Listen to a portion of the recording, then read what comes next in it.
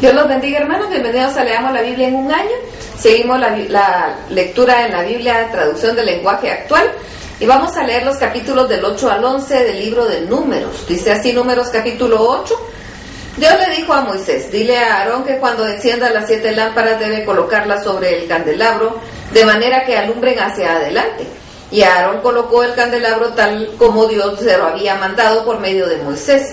El candelabro era de oro. De arriba a abajo le habían dado forma de flor a golpes de martillo. Así le había dicho Dios a Moisés que lo hiciera.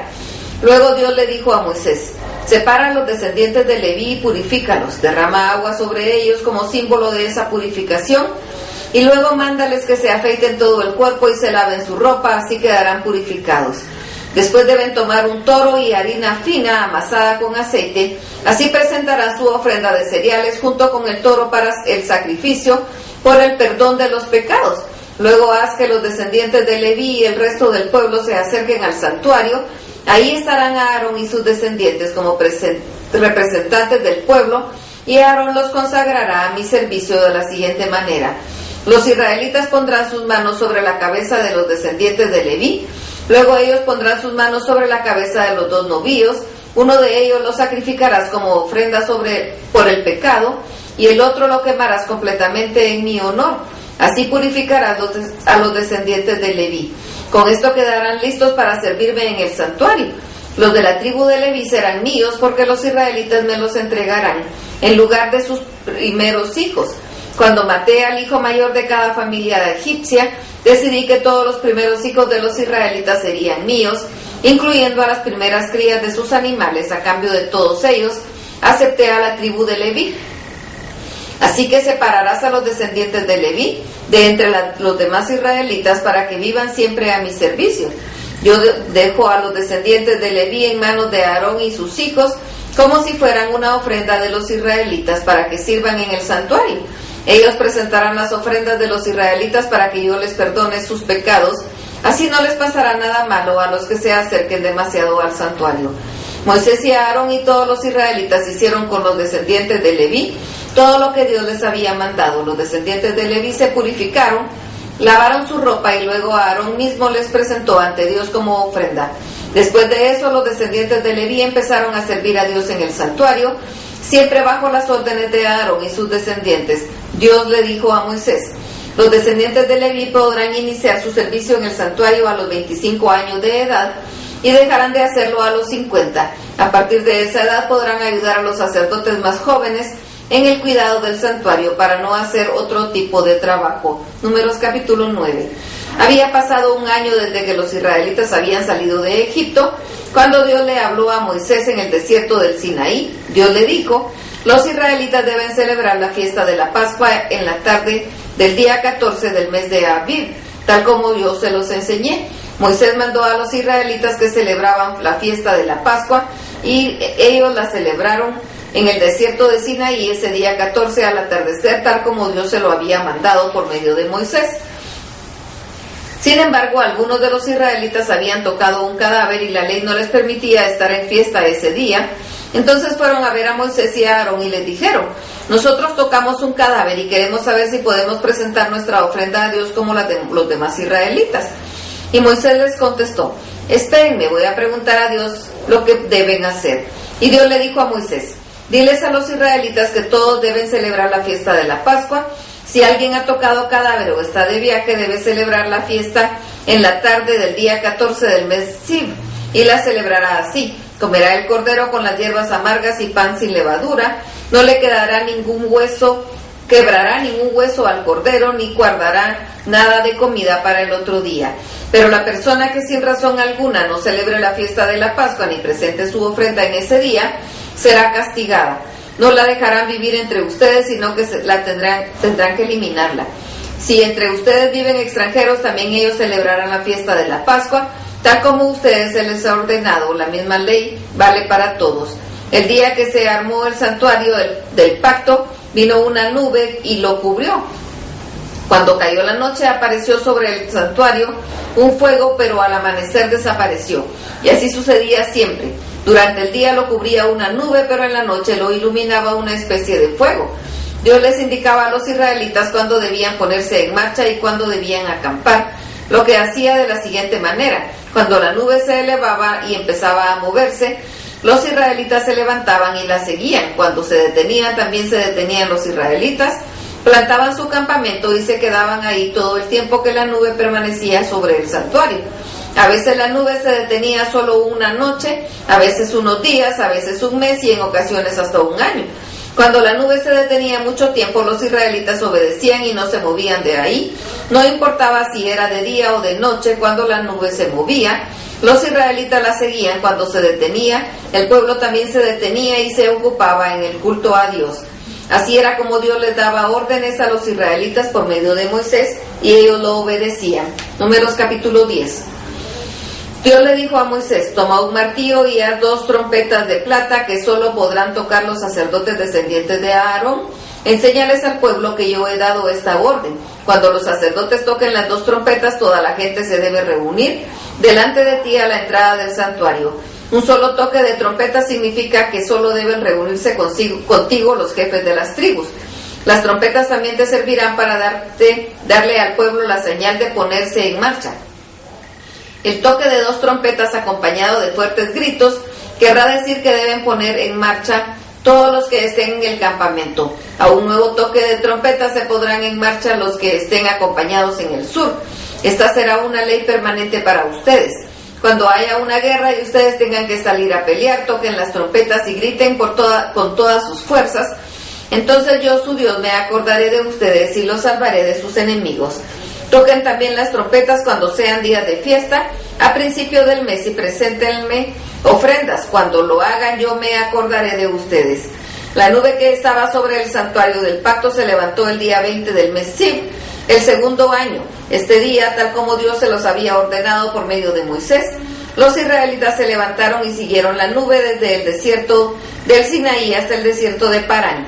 Las tribus de Israel con sus respectivos jefes marcharon en el siguiente orden: la tribu de Judá con su jefe Naasón, la tribu de Isaacar con su jefe Natanael, la tribu de Zabulón con su jefe Eliab, la tribu de Rubén con su jefe Elisur, la tribu de Simeón con su jefe Selumiel, la tribu de Gad con su jefe Eliasaf, la tribu de Efraín con su jefe Elisama, la tribu de Manasés con su jefe Gamaliel, la tribu de Benjamín con su jefe Gidoní, la tribu de Dan con su jefe Ahieser, la tribu de Aser con su jefe Pagiel y la tribu de Neftalí con su jefe Ahira.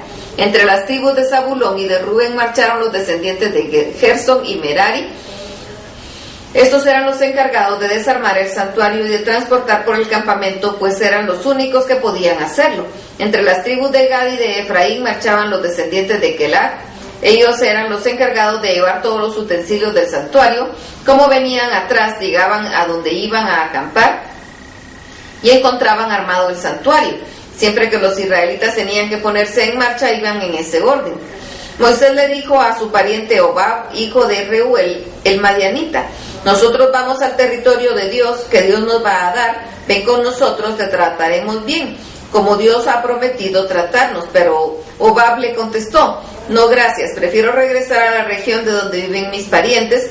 Moisés le volvió a decir: no nos dejes, tú conoces bien el desierto y sabes dónde podemos acampar. Si vienes con nosotros y nos guías, te daremos una parte de todo lo que Dios nos dé. Salieron del monte Sinaí y caminaron durante 3 días, y en ese tiempo los israelitas iban con el cofre del pacto, buscando un lugar donde acampar, porque las montañas, cuando estaban por iniciar la marcha, la nube de Dios se ponía encima de ellos, y Moisés decía: Dios mío, levántate, haz que tus enemigos huyan espantados, haz que los que te odian se alejen de nosotros. Y cuando el cofre se detenía, Moisés decía: Dios mío, no abandones a Israel, tu pueblo numeroso. Números capítulo 11. Los israelitas siempre que se quejaban con Dios por los problemas que tenían. Cuando Dios oyó sus quejas, se enojó mucho y prendió un fuego alrededor del campamento, y la gente empezó a gritar y a pedirle ayuda a Moisés. Entonces Moisés rogó a Dios por ellos y el fuego se apagó. Por eso llamaron el lugar Teberá, que quiere decir incendio. Lo llamaron así para recordar que Dios se había enojado ahí contra ellos. Cada noche el maná y el rocío del campo caían juntos, El maná era pequeño como semilla de cilantro y amarillo como la resina. Por la mañana la gente salía del campo a recogerlo y luego lo molía, lo cocinaba y hacía panes con él. El maná tenía un sabor parecido al del pan de harina con aceite. Sin embargo, los israelitas, había gente de otros pueblos que solo se preocupaba por comer. Los israelitas se dejaron llevar por ellos y empezaron a llorar y a decir: ojalá pudiéramos comer carne. ¿Se acuerdan del pescado que comíamos gratis en Egipto? Y qué sabrosos eran los pepinos, los melones, los puerros, las cebollas y los ajos que allá comíamos. En cambio ahora nos estamos muriendo de hambre y lo único que vemos es maná. Moisés se dio cuenta de que todos los israelitas lloraban a la entrada de sus tiendas y se molestó, porque sabía que eso haría enojar mucho a Dios. Por eso le preguntó a Dios: soy yo tu servidor, ¿por qué me tratas mal y me obligas a soportar a este pueblo? Yo no soy su padre ni su madre. Yo no tengo por qué cargar con ellos y llevarlos al territorio que tú les vas a dar. Ellos vienen a mí llorando y me piden carne. ¿De dónde voy a sacar tanta carne para que coma todo este pueblo? Por mis propias fuerzas yo solo puedo llevar a este pueblo. Es demasiado trabajo para mí. Si vas a seguir tratándome así, mejor quítame la vida. Me harías un gran favor. Ya tengo suficientes problemas con esta gente. Y Dios le respondió a Moisés: reúne a este pueblo, a 70 ancianos que sean líderes, llévalos al santuario y que esperen ahí. Yo bajaré entonces y te hablaré. Pondré en los ancianos una parte del espíritu que está en ti, para que te ayuden a dirigir el pueblo, así no tendrás que hacerlo todo.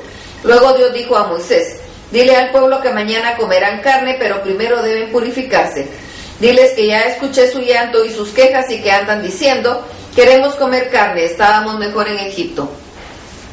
Yo les voy a dar carne, y no solo un día, ni 2, ni 5, ni 10, ni 20, voy a darles carne todo un mes hasta que se cansen de comerla, hasta que les dé asco y se les salga por las narices. Eso será su castigo por haberme rechazado y no comer mi presencia, no reconocer mi presencia entre ustedes.